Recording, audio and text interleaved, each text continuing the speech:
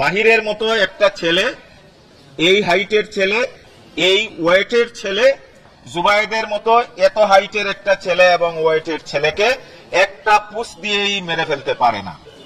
এটা জাস্ট আমার ব্যক্তিগত একটা ধারণা। তাহলে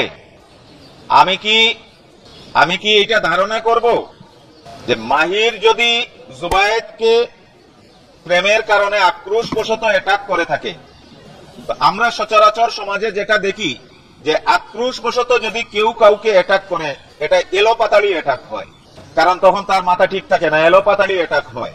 আবার এইটাও দেখি সমাজে যে কেউ কাউকে যদি টার্গেট কিলিং করে, তাহলে সেখানে প্রফেশনাল কিলারকে বাড়া করা হয় এবং প্রফেশনাল কিলার কিন্তু একটা এটেমি নেয় এবং সেই এটেমি কিন্তু সফল হয়।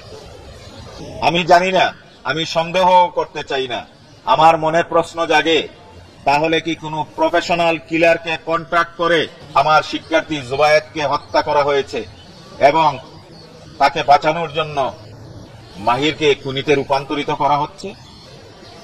এই প্রশ্নের আনসার আমাদেরকে জানতেই হবে।